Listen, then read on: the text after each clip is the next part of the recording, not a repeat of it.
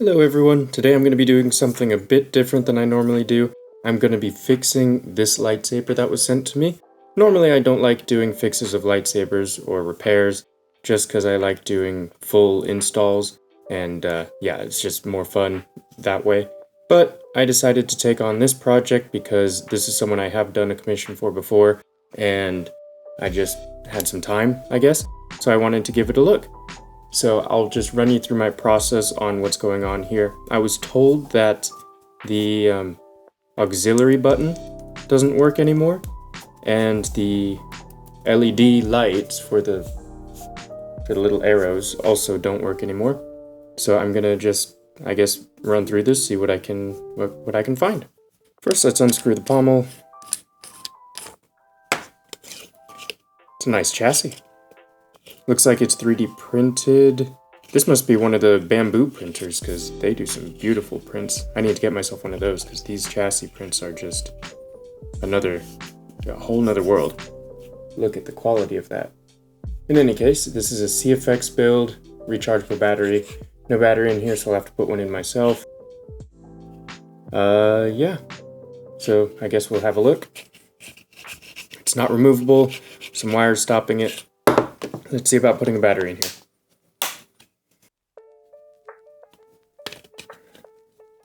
Seems pretty tricky. Put a battery in there. I'd have to pull this out more. But I don't want to pull too hard because if you pull too hard, you're liable to break something in here, which might be the cause of this because I don't know how you get the battery out in the first place without having to take the chassis completely out. So my guess is that probably broke a wire in here, so I won't pull too hard on that right now, and I'm just going to look at other things. Looks like there's some LEDs in here, right there, and that might be the issue as to why these aren't lighting up anymore. The LEDs are in the complete wrong side of the hilt. Looks like a guide channel here for a screw, and here's a screw right there. Don't know if you can see it, but there's a screw right up top. So somehow this chassis rotated 180 degrees, because I can't turn it, is not in the chassis and the battery came out. So my guess is he might have pulled out the chassis too much, broke a wire to the auxiliary switch, hopefully just the auxiliary switch.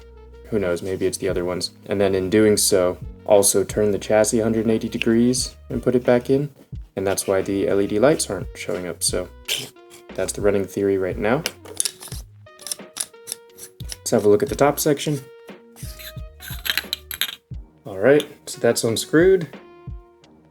Now let's have a good look inside here. Looks like we have yellow is the data, red's the positive, and 2 negatives. They seem to be well connected to the pixel connector up top, held in with some glue, either hot glue or E6000, one of those two. Then it looks like we have a chassis section that is permanently affixed, and that would be for the power and auxiliary button. So that's going to be a pretty annoying issue if I have to rewire any of these buttons. I'm going to have to take out this whole chassis section. So hopefully I don't have to do that, but I guess we'll see. In any case, these look pretty good to me. So what I'm going to have to do is I'm going to have to figure out a way to take out the chassis to put a battery in without breaking any wires. And the only way I can think of doing that is to unsolder probably the buttons. So I'm going to unsolder the power, or the power switch, the auxiliary switch, and maybe the negative. Let's take a look under the board. Oh, it looks like there's a Bluetooth module here. So looking in here, it looks like these wires are super tightly pinched down here. So what I might have to do is unscrew these 2 screws to loosen that up, and then I'll unsolder these and then take the chassis out a little further.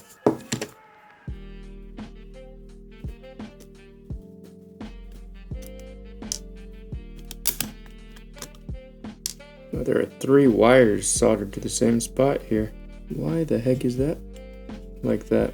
Strange. There we go. Looks like they twisted multiple wires together and then stuck it in the hole. I wonder what the wires are for. In any case, I have to untwist these wires here. I'm just gonna chop it off. Okay, so I've removed the wires, so hopefully I can pull this out all the way now. Or not. I'll need to unsolder the negatives and maybe the data too. Ugh, oh well. Seems like it really does not want to come out. Maybe because of that retention screw. How did this work? Alright, so I'm starting to get some leeway here. Some progress. Wiggle it out a little bit at a time. I'm gonna have to rewire this section, but that's fine. Let me take out the battery holder. Then I can hopefully take a good look at what's going on here. Alright, now I can see what's going on. Not too bad. Looks like the only thing holding me back should just be this positive, so what I'm going to do is I'm just going to cut that and I'll make it work later. There we go. Alright, so now the chassis is completely removed. So let's have a look at what's going on inside. So from the looks of it, the auxiliary wires have snapped. You're not able to see in there, but on the auxiliary button, there are no wires attached. So I think my theory was correct. So I guess what I might do now is try and untangle these wires, take out the ones attached to the auxiliary, and figure out a way to remove the chassis section. Okay, so here's what I got going on so far. It was easy enough to pull this off, and then I pulled out these wires. These look to be the auxiliary wires that were broken, so I just pulled them off. And now this is what I have inside. Right in there. So the only issue is trying to get the wires attached to the auxiliary button, which involves me removing this chassis section, which is going to be pretty tricky. So yeah, I'm probably going to try to put some acetone in here to try and remove the glue that's holding it in place and then try and knock it out. That also means I have to remove these pins. So that's what I'm going to do. All of that's going to be off camera because I imagine it's going to be a bit of work, but I'll get this thing working again, that's for sure.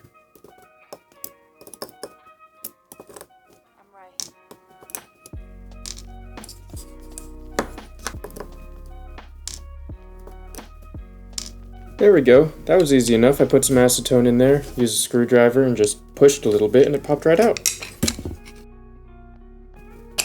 Boom. Alright, let's get to work on fixing this. Okay, so first things first, let's reattach these wires.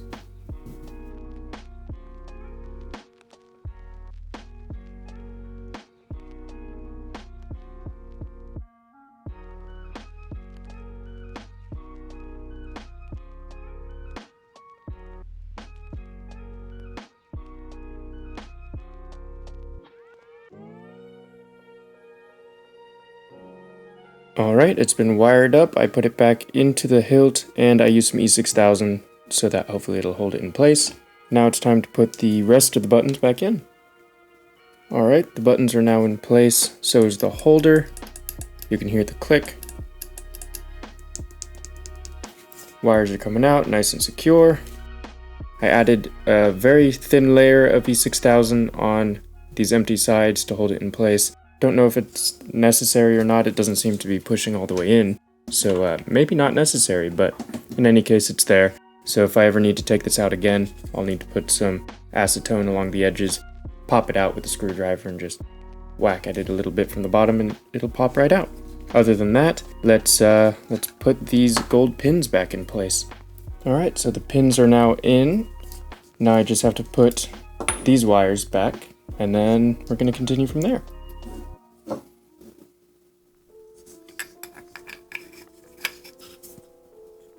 There we go. What I'm going to do is I think I'm going to add extensions to each one of these wires and then, yeah, that'll make my life a little bit easier. Here I have an extension to the wire. I'm just going to lay it down under there and then I'm going to connect this to the back end here. So there will be some extra space so that this thing can be pulled all the way out in case the owner of the lightsaber wants to take the chassis out a little further than before, so hopefully it'll help prevent any breakage of wires. But yeah, I'm going to do that with each one of these. I'm going to attach a wire to the negatives, the data, and the ground, and the buttons. I'm going to run them all the way through, pretty much like I did here, and then I'll just attach them at the back end, chop these up a little bit to get the right length, and then hopefully that'll be how it goes. Okay, I did some rewiring. Took me a little longer than I wanted, but I got it done. These are all the new wires coming out. And yeah, we're just gonna connect them to the back end here. Something like that. And then put everything back together. Hopefully it works. But first, I wanted to put a battery in. This is a battery that I don't know where I got it from, but I have it. Negative, positive. Let's see if it works. The Force will be with you. Always. Looks like the lights work too, which is good. Doesn't look like they set up gesture controls. But in any case, let's take this out and I'm gonna attach these wires.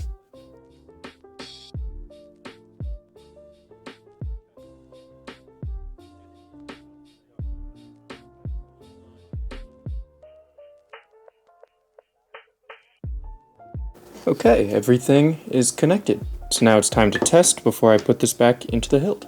Let's put this battery in here, negative to negative, positive to positive. I'm about to let everyone in on the secret.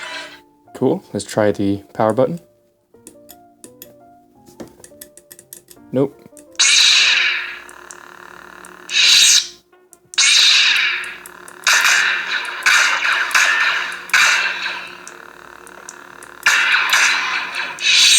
Okay, so looks like I switched the power and the auxiliary, so maybe I'll just swap that real quick and then it'll be all good. Alright, the activation is now the activation, and the auxiliary is the auxiliary. Time to put this in the hilt. And of course, got to make sure to line up the guide channel with the guide screw here, so the control box will be lined up with the lights here. Just have to make sure, oh, there we go.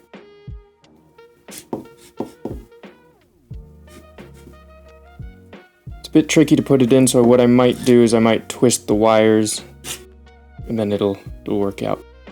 Alright, so now it's fully in, it can slide in and out, and you have enough room to put in your battery. Kanan Jarrus. So let's slide that in, and this has a O-ring on it, it looks like, so we'll do that. And then just tighten it up. Okay, that didn't sound good. I heard a snap. And another one.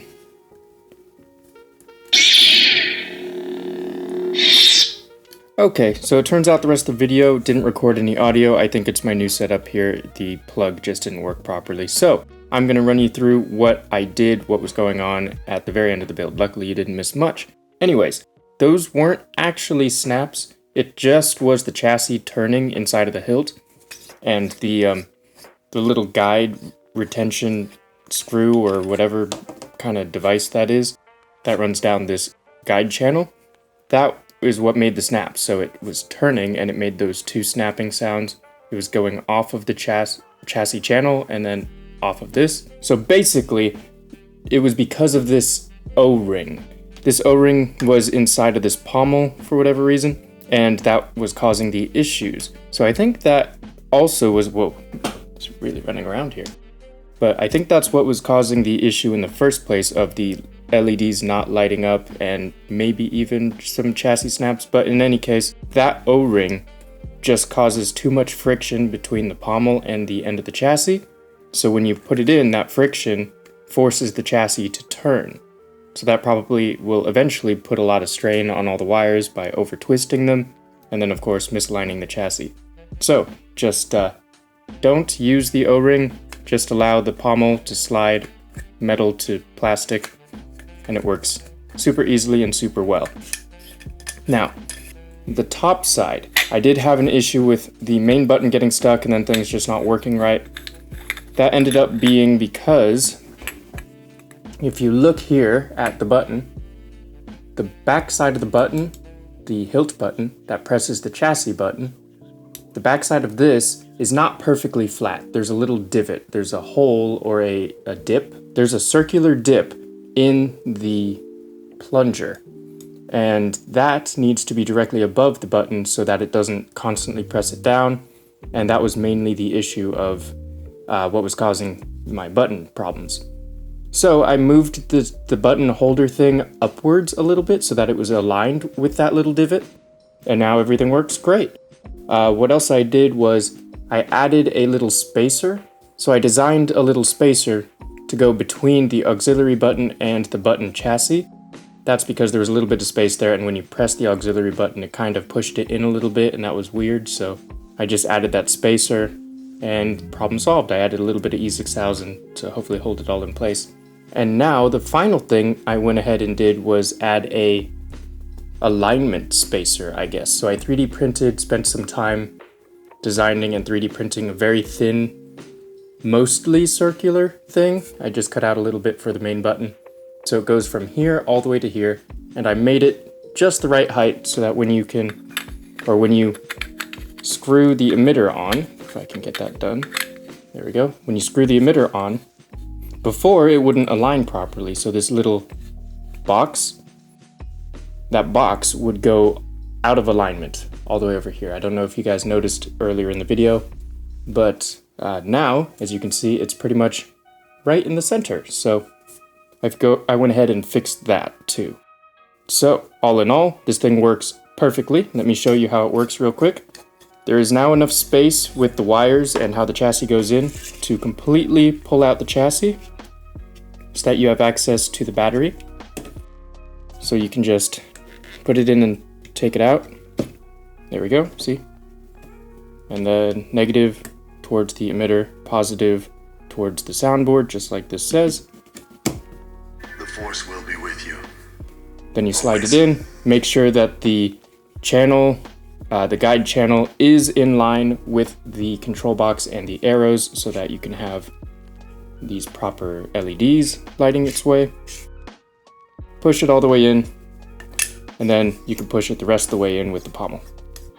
So it should never have any kind of strain on the wires. If there is a little strain on the wires, just, I suppose, just do a counterclockwise turn to unwrap the wires a little bit and then pull it out. Whatever guide screw thing it is, it looks like one of those buttons that can compress and whatever. It's pretty cool, but yeah.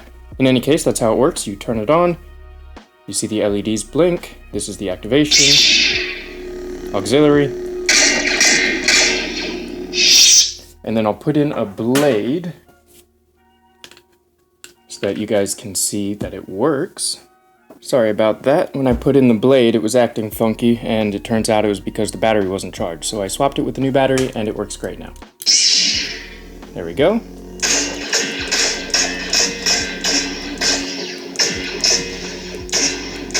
There you go. You can see the randomized hits. So yeah, works great now. I'll do it one more time. And I'll show you the different colors. And I'll just go to this one, I guess. Or you know what? I'm going to make it a little darker. There we go. Yep. Just wanted to show you that it works. And I believe I've covered everything. So yeah, hopefully you guys enjoyed checking out this repair video. It's a little bit of a special video because I don't do these types of projects very often. Hopefully you guys enjoyed it, and hopefully you learned something. Now to the person who gave this to me to get fixed, hopefully it's everything you wanted. It works exactly how it should. If there's anything that gets messed up with it, just make sure you message me. You can send it back to me. I'll fix it right up. That button chassis thing, if it ever shifts, I don't think it ever will. But if it ever does and the buttons start acting up, just send it my way. I'll fix it for free. But yeah, that's the only thing I can think of that might get a little wonky. But honestly, I really think there's no reason it should. It should be pretty locked in there.